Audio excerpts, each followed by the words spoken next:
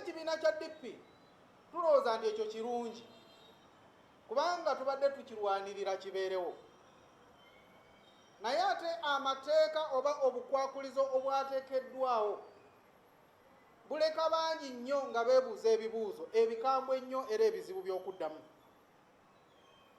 Gamba nga woba ogambye nti omuvuzi wa takisi atiika abantu 14 naye nga pameti emuyingiza mu takisi eyo kubeera n'ebbaluwa eraga nti yagemebwa, kaakati ani agenda okubeeranga ku luggi lwa takisi okubeera nga akebera ebiwandiiko ebyo?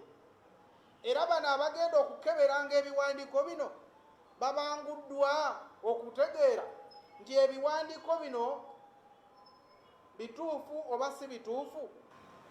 Tebabaddemu nakabuntu kuleeta nsonga lwaki ekyo kisaanidde okubeera bwe kityo.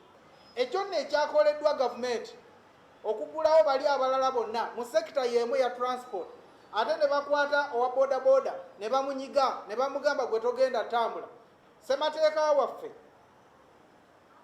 obwa Uganda agivumirira mu nnyingo 21 nti tewagenda kubeerawo kusosola kwonna era tewagenda kubeerawo muntu yenna asosolebwa nga okusosolebwa kwe kusinziira ku buzaale bwe, ku buyigirize bwe, omulimu gwakola n'ebirala ebigwa mu kkoweero.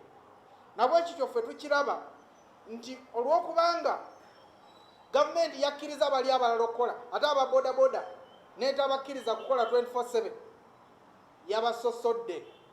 Ekitongole ky'ebyamateeka mu Democratic Party kyetegese okukuba gavumenti mu mbuga z'amateeka bakkirize ababodaboda nabo okukola ng'abalala we bakola abali mu kitongole ekitambuza abantu. Twagala ababodaboda abakulembera ababodaboda baveeyo batuwe instruction. Kale bwe tuyongera ne Gamboze abakadde